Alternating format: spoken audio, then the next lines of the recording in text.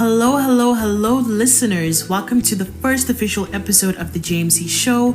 I'm your host, Jennifer Moya, and this is a short commentary show on Christian topics that we find across the board. And yeah, this is going to be a cute little fun thing, but most importantly, I hope that it can be informative and that we can all learn something at the end of the day. So if you're even slightly interested in this, please do stay tuned.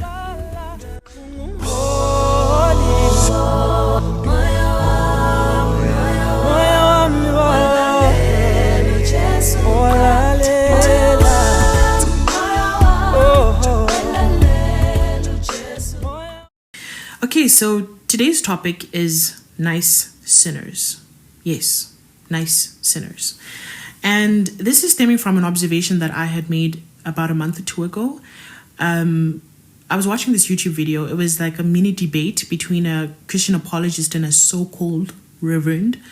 And this reverend was making this, it was based on sexual purity, by the way, / sexual immorality.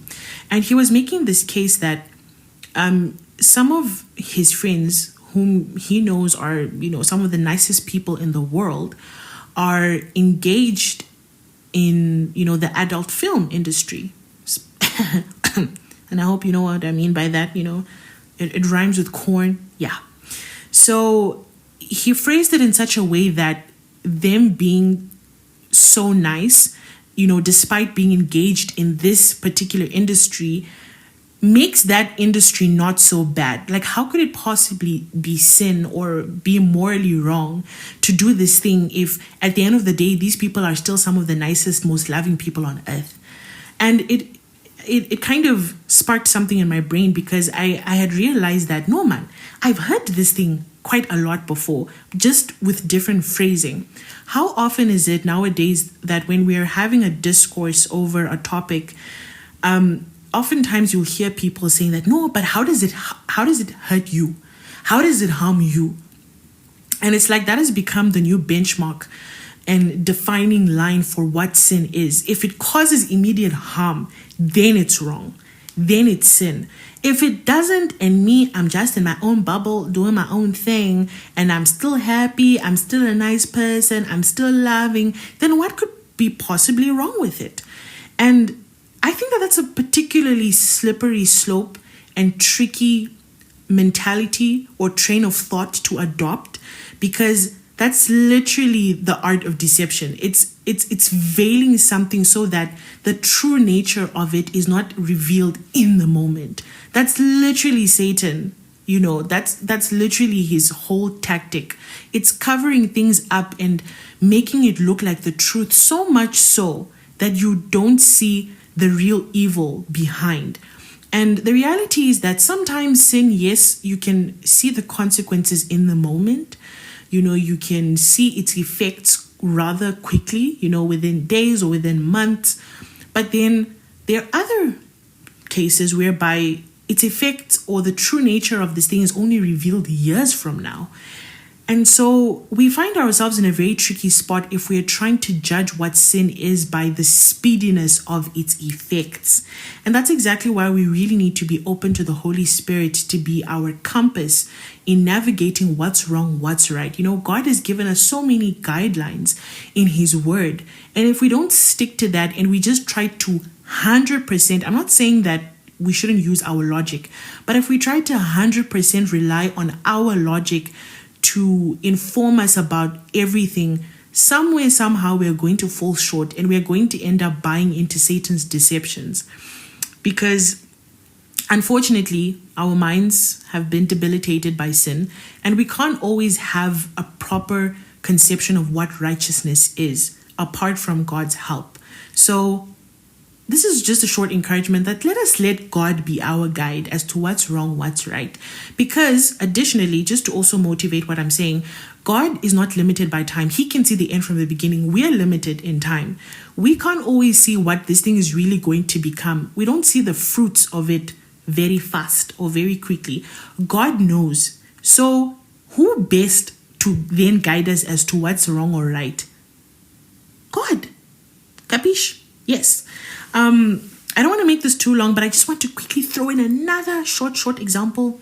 Oh, by the way, just to substantiate this, Proverbs 16 verse 25, there's a way that seems right unto man, but the end thereof is death. So let's just be careful, and it's as much an encouragement to myself as it is to you.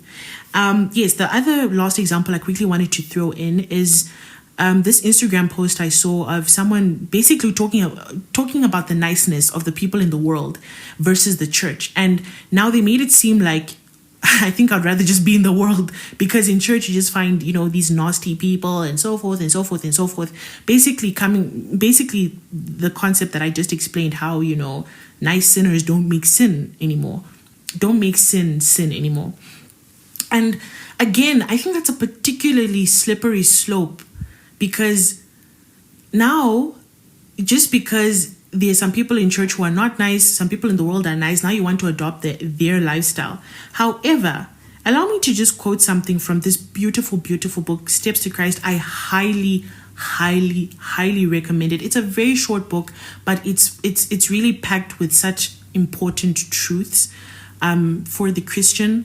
So allow me to just advertise that one. Yeah, please do get it. And if you need help getting it, you can just contact me. But yeah, there's a part where she basically talks about what I've been talking about, what I just mentioned now. And, she says that the impenitent sometimes excuse themselves by saying of professed Christians, I am as good as they are.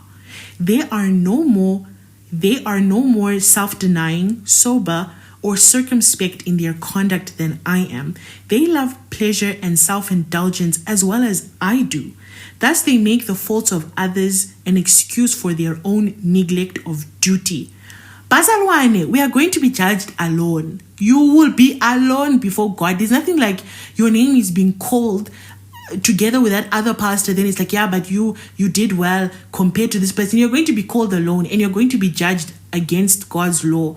Do you hold up? Are you holding up on your end? There's nothing like, no, God, yes, can understand, and he can see that, the influence that this particular person's actions has had on you. But despite that influence, you still ultimately made a choice on your own. Literally, this thing of trying to blame you can't even blame the devil, guys. The devil can schmooze you, whatever, but still, when we sin, the unfortunate reality, the unfortunate truth is that we made a choice. Temptation is temptation. Temptation is not you being forced. It's just an allurement. You made a choice, and that's tough. I know I've made so many mistakes, and I really want to be like, Lord, but I wasn't in my right mind, this, that. But the unfortunate reality is that you made a choice. So, really, to help your case in salvation, try to focus on Christ as your example and follow that. Don't look this side and be like, yeah, but him is also doing this, so what more me? I can most also just. And in relation to that, she closes off by saying, if they have so a high conception of what a Christian should be, is not their own sin so much greater? They know what is right, and yet they refuse to do it. Beloved, please, don't just look at the niceness in the world and be like, yeah, so I'm sure however they're living, it's not bad, because look, they are much nicer than the people I've come to know in church.